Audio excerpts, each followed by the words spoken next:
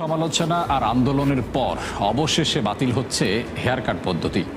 ফলে আমানতের বিপরীতে বাজার ভিত্তিক মুনাফা পাবেন সম্মিলিত ইসলামী ব্যাংকের সাধারণ গ্রাহকরা। তবে দুঃসংবাদ রয়েছে প্রাতিষ্ঠানিক আমানতকারীদের জন্য। জমা রাখা মূল টাকার বিপরীতে তাদেরকে দেয়া হবে সমমূল্যের শেয়ার। অন্তর্বর্তী সরকারের আমলে আর্থিক খাতের বড় সংস্কার ছিল 5 প্রতিষ্ঠানকে একীভূত করে সম্মিলিত ইসলামী ব্যাংক গঠন, যা নিয়ে তৈরি হয় তুমুল আলোচনা সমালোচনা। তার চেয়ে বেশি সামনে আসে সে সময়ের কেন্দ্রীয় ব্যাংকের গভর্নর আহসান এস মনসুরের চালু করা হেয়ার কাট পদ্ধতি, যার অজুহাতে অর্ধেক কেটে রাখা হয় আমানতকারীদের মুনাফা, যা বাতিলের দাবিতে এখনও সোচ্চার গ্রাহকরা। তবে এই অবস্থান থেকে অবশেষে সরে আসতে যাচ্ছে সরকার। নতুন রেজুলেশন পরিকল্পনা অনুযায়ী ব্যক্তি পর্যায়ের আমানতকারীদের মুনাফায় বহাল থাকবে না সেই পদ্ধতি। ফলে ফেরত দেওয়া হবে মূল আমানতের পাশাপাশি চুক্তি অনুযায়ী সম্পূর্ণ মুনাফা। বাংলাদেশ ব্যাংকের কর্মকর্তারা মনে করছেন, সাধারণ মানুষের আমানত ও মুনাফার সুরক্ষা না রাখলে আস্থা কমবে ব্যাংক খাতে। মূলত ক্ষুদ্র আমানতকারীদের স্বার্থ বিবেচনা করেই কিন্তু সরকার এই ব্যাংকটি টেক ওভার করার দায়িত্ব গ্রহণ করে। আসলে সরকার এই মুহূর্তে কর্পোরেট ডিপোজিটরদের টাকা ফেরত দেওয়ার মতো অবস্থায় নেই, কারণ এই অ্যামাউন্টটা যদি দিতে হয় তবে তো 1.5 লক্ষ কোটি টাকা নিয়েই সরকারকে মাঠে নামতে হতো, যেটা কখনোই সম্ভব না।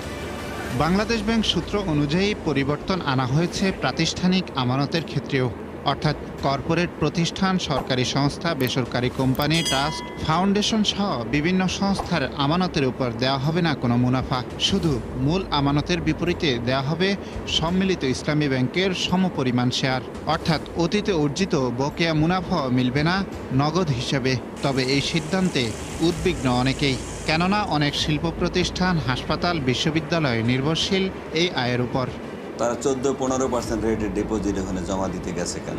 তারা জানে যে 900 একটা ক্যাপ ছিল, 9% দেয় বিনিয়োগে, 6% ডিপোজিটে, তারা 12-13-14% অফার করে আর তারা যায় সেখানে, তারা টাকা জমা রাখছে। তো তাদের ছিল ভুল আর বাকিদের হচ্ছে অপরাধ। এই অপরাধের দায় শুধু ডিপোজিটরের কাছে চাপাইলে চলবে না। কিছু ক্ষতি আপনাকে মেনেই নিতে হবে, কারণ আপনি যা পেয়েছেন সব আপনি পাবেন না। যতটুকু পান সেটা আপনার কাছে মন্দের ভালো এইভাবে নিতে হবে যে আমি পুরাটা পাবো না কেন। আর যে কোনো ব্যাংক বা প্রতিষ্ঠান যখন দেউলিয়া হয় বা বন্ধ হয়, তখন আপনাকে ক্ষুদ্র ডিপোজিটারদের অগ্রাধিকার সবচেয়ে বেশি।